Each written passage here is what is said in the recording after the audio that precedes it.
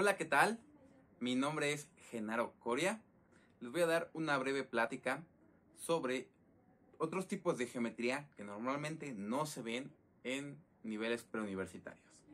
Antes que nada, me gustaría agradecerle a la Sociedad Matemática Mexicana por abrir este espacio en el 54º Congreso Nacional de la Sociedad Matemática Mexicana, llamado De Joven a Joven, en donde jóvenes estudiantes de matemáticas podemos divulgar un poco acerca de las matemáticas universitarias a los jóvenes estudiantes de bachillerato que están interesados en estudiar las matemáticas.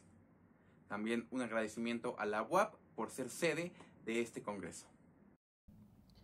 Bueno, mi charla se titula Invitación a las geometrías no euclidianas y básicamente les quiero dar una pequeña introducción a los distintos tipos de geometría que no se ven en niveles preuniversitarios. Vamos a dar un poco de contexto. Entonces, en la primaria, pues nosotros tenemos nuestro primer acercamiento a todas estas cosas que entendemos por geometría. Figuritas planas o tridimensionales como círculos, cuadrados, triángulos, esferas, pirámides. Y aprendemos algunas propiedades, ¿no? Tales como medir su área, su perímetro, su volumen. Y básicamente continuamos con esta línea de andar midiendo áreas y volúmenes en la secundaria y en la preparatoria. A este tipo de geometría que nosotros conocemos como geometría elemental, se le conoce con el nombre de geometría euclidiana, en honor a un matemático griego llamado Euclides. Entonces, aquí unas pequeñas figuritas de las cuales trabajamos en la primaria. Y bueno, de estas figuras, en el triángulo tenemos un resultado que es muy conocido. Es muy famoso y se ocupa bastante a menudo dentro del ámbito de las matemáticas. Es el teorema que te afirma que en un triángulo la suma de los ángulos interiores siempre va a ser igual a 180 grados. ¿Sí? Y entonces este resultado, aunque propiamente no se demuestra en la primaria, pues se justifica mediante algunos dibujos, algunos recortes, etc. Con ciertas técnicas adecuadas para los niños se justifica el teorema. Y nosotros crecemos y toda la vida creemos que la suma de los ángulos interiores de un triángulo da 180 grados. Lo cual es cierto, pero para triángulos planos. Para triángulos que se forman en el plano euclidiano. Y entonces aquí me preguntarás, oye, si hay triángulos planos, entonces ¿hay otro tipo de triángulos? Y bueno, la respuesta la dejamos para más adelante. Entonces, quédense con esta idea de que la suma de los ángulos interiores de un triángulo da 180 grados. Bueno, como les comentaba, esta geometría de la primaria se llama geometría euclidiana porque está basada en 5 postulados, que se llaman de hecho los 5 postulados de Euclides, que son una serie de axiomas en los cuales la geometría se basa, ¿no? La geometría encuentra su fundamento en estos 5 axiomas y a partir de ahí vamos deduciendo todas las demás proposiciones que juntas forman el sistema geométrico, ¿no? Lo que conocemos como geometría. Estos 4 postulados son los siguientes. El primer postulado afirma que por 2 puntos siempre se puede trazar un segmento de recta. El segundo postulado me dice que cualquier segmento de recta se puede prolongar indefinidamente, es a lo que le llamamos recta. El tercer postulado afirma que si yo tengo un punto fijo y una distancia, ese punto fijo se va a convertir en el centro de una circunferencia, esa distancia se va a llamar el radio. Es decir, con un punto fijo y una distancia yo siempre puedo trazar una circunferencia. El cuarto postulado es que todos los ángulos rectos son iguales. ¿Sí? Entonces, todos estos postulados tienen un sabor muy natural. Son cosas que aprendemos, digamos, haciendo dibujos, ¿no? O aprendiendo hacemos recortes. Son cosas básicas que aprendemos en la primaria. Y de repente nos sale este quinto postulado, que ya no solo es un texto más largo, sino bastante más confuso. Pero básicamente me dice que si tenemos una línea recta que corta a 2 líneas rectas, de manera que se formen 2 ángulos internos por un mismo lado y que de hecho sean menores que 180 grados, o sea, menores que 2 ángulos rectos, entonces las 2 líneas rectas, si se prolongan indefinidamente, se van a encontrar siempre en el semiplano en donde están los ángulos menores que dos rectos. Esto que puede sonar a chino quizás no te diga mucho, y es por eso que les digo que este quinto postulado tiene un sabor ya más artificial, como que se antoja que ya no es tan natural como los primeros cuatro. Entonces, aquí una pequeña imagen de los 5 postulados de Euclides. El primero, el segundo, el tercero y el quinto. Entonces, el quinto habla sobre la recta incidente, que es esta en color negro. Y las rectas que se cortan, bueno, que están sobre la recta incidente, son las rectas en color negro y azul. Y si se prolongan indefinidamente, se van a encontrar en este punto.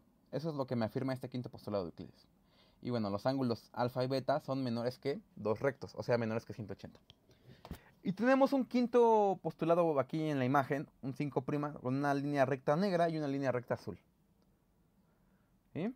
Y eso es porque el quinto postulado de Euclides causó tanta controversia que muchos matemáticos querían ver si podían deducirlo a partir de los otros 4 axiomas. Es decir, verificar que ese quinto postulado no era un axioma de la geometría, sino de hecho era una consecuencia de los primeros 4 axiomas.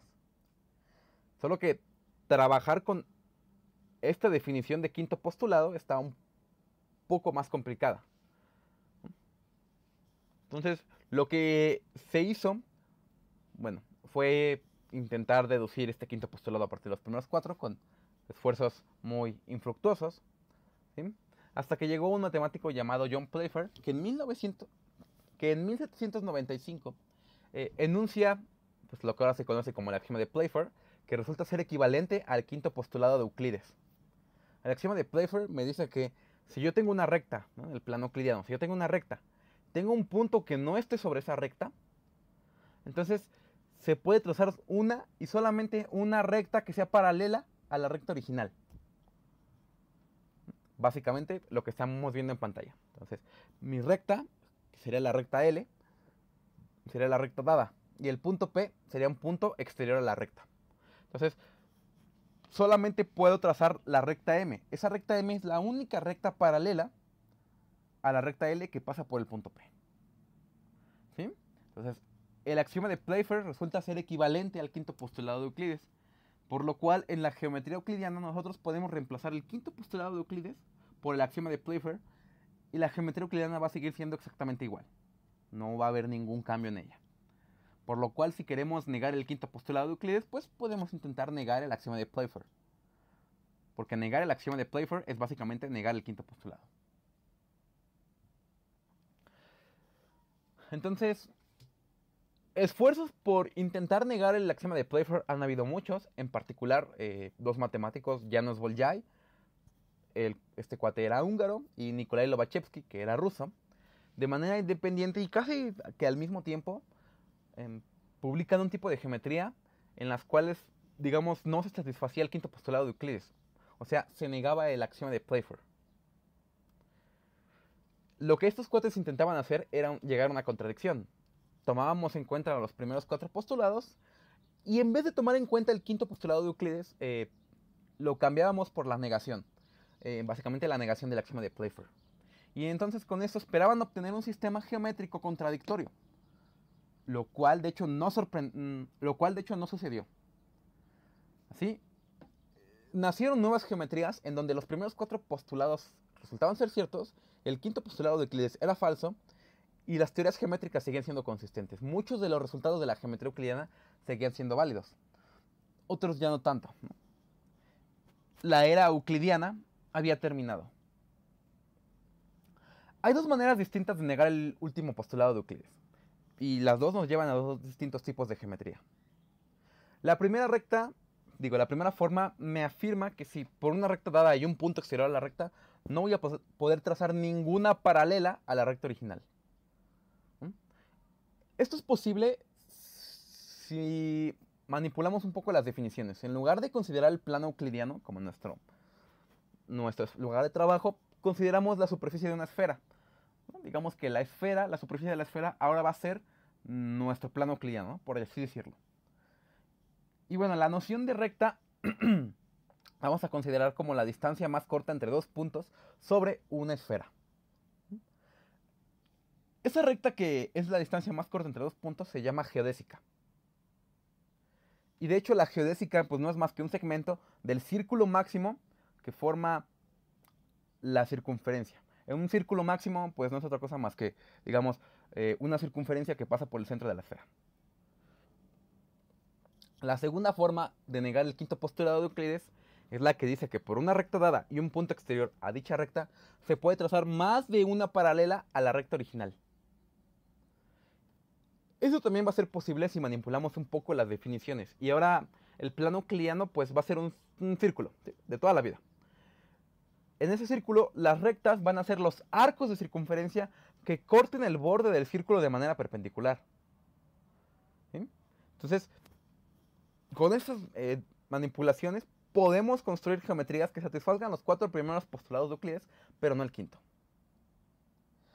La primera manera de negar el quinto postulado de Euclides nos conduce a una cosa que se llama geometría esférica.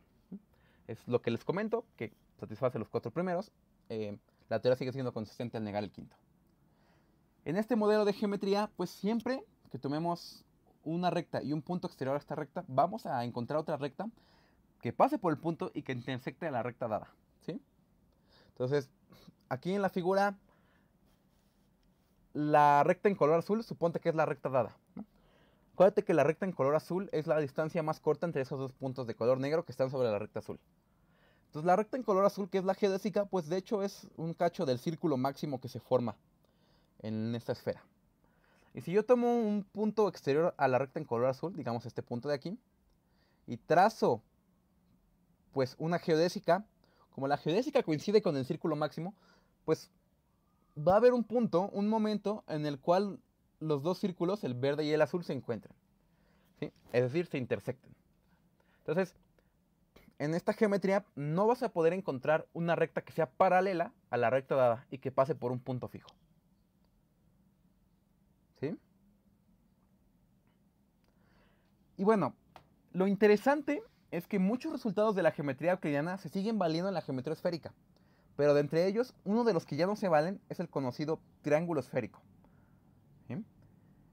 Y es que los ángulos interiores de triángulos esféricos ya no van a sumar 180 grados. De hecho, van a sumar más de 180 grados. Como podemos observar en el dibujo, bueno, la esfera, por excelencia, es el modelo del planeta Tierra. Y si tomamos un triángulo sobre la superficie del planeta Tierra, vamos a observar que sus ángulos son de 90, 90 y 50 grados. ¿Sale? Mayor que 180 grados.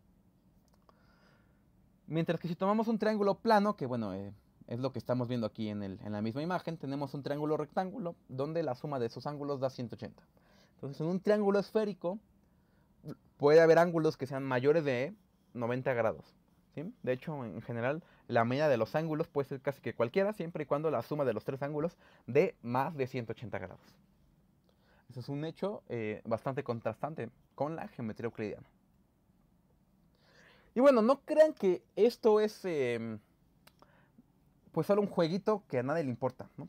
Resulta que la geometría esférica tiene bastantes aplicaciones. Una de ellas es la navegación, ¿no? Porque resulta que las longitudes de la Tierra todas son círculos máximos, pero solo el ecuador resulta ser un círculo máximo, ¿no? Y bueno, al mismo tiempo una latitud, lo cual representa un problema para trazar rutas de vuelo, ¿sí? Porque resulta que no es lo mismo trazar la ruta de vuelo en un plano, en un mapa plano, que en un mapa esférico. Entonces, aquí les dejo una imagen sobre un vuelo real que va de México a Madrid, ¿sí? Entonces, en rojo tenemos lo que se supone que es la recta más corta entre esas dos ciudades, ¿no? Es la línea más corta entre esas dos ciudades. Pero resulta que el avión se eleva, pasa por Canadá, por Estados Unidos, hasta llegar a México. Y eso es porque la distancia más corta entre dos puntos en una esfera no es la recta, sino es la geodésica. ¿Sale? Entonces, la manera de trazar rutas de aerolíneas está totalmente fundamentada en la geometría esférica. Entonces, la geometría esférica tiene sus aplicaciones a la vida real. Ahora hablemos un poco de la segunda manera de negar el quinto postulado de Euclides. Esto nos conduce a la geometría hiperbólica. en ese tipo de geometría también vamos a satisfacer los primeros 4 postulados de Euclides, y si negamos el quinto, la teoría va a seguir siendo consistente. En este modelo de geometría, digamos, siempre que tome una recta y un punto exterior a esta recta, va a existir más de una recta que pase por este punto y sea paralela a la recta original, ¿vale? Como lo podemos observar aquí. En el dibujo, nuestro plano, digamos, nuestro lugar de trabajo va a ser esta circunferencia. La recta en color rojo va a ser la recta dada. El punto P va a ser el punto exterior de la recta.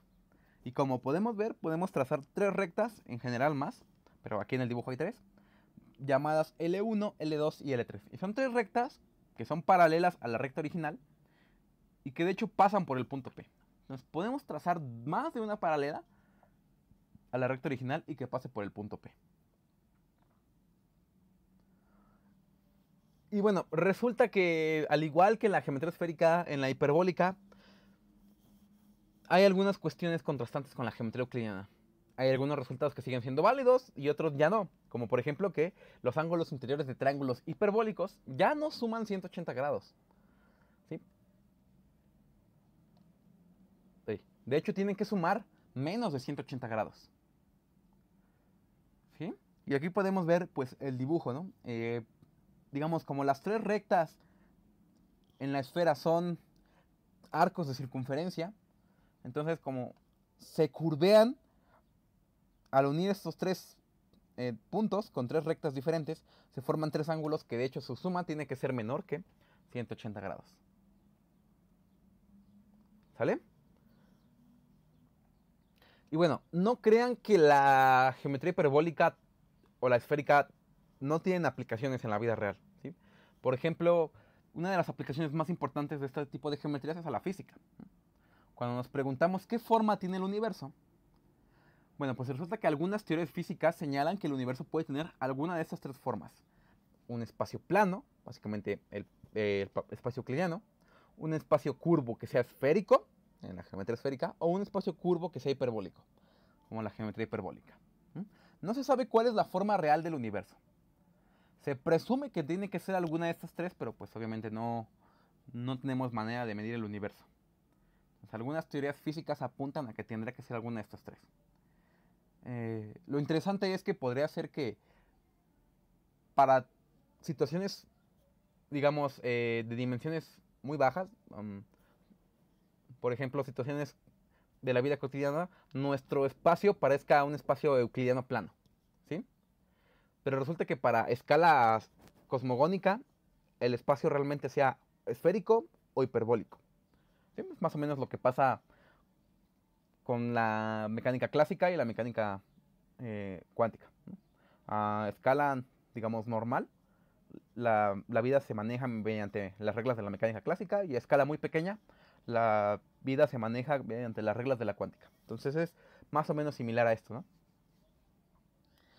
Y bueno, ya para finalizar, la geometría hiperbólica también ha inspirado a personas a hacer pinturas, ¿no? Por ejemplo, esta obra de arte, que se llama Circle Limit 3, hecha por el pintor Escher, nacido en los Países Bajos, pues es básicamente una representación de rectas en el plano hiperbólico, ¿sí? La circunferencia. Y las rectas pues son simplemente este tipo de arcos de circunferencia curvos. Entonces, las rectas, la geometría hiperbólica, la geometría esférica inspiran también a la gente a realizar arte. No solamente tienen aplicaciones prácticas, sino, de hecho, hay belleza en este tipo de geometría. Y bueno, si les interesa seguir leyendo un poco más sobre geometrías no euclidianas, pueden buscar este libro. Se llama Invitación a las geometrías no euclidianas, publicado por la Prensa de las Ciencias, que es la editorial de la Facultad de Ciencias. Los autores son Ana Irene Ramírez y Sienra, no me acuerdo de cómo se llama este sujeto, pero pueden buscar el libro así, Invitación a las geometrías no euclidianas, y ahí van a encontrar un montón de datos sobre las geometrías no euclidianas. Y bueno, yo creo que ahí debería pararle.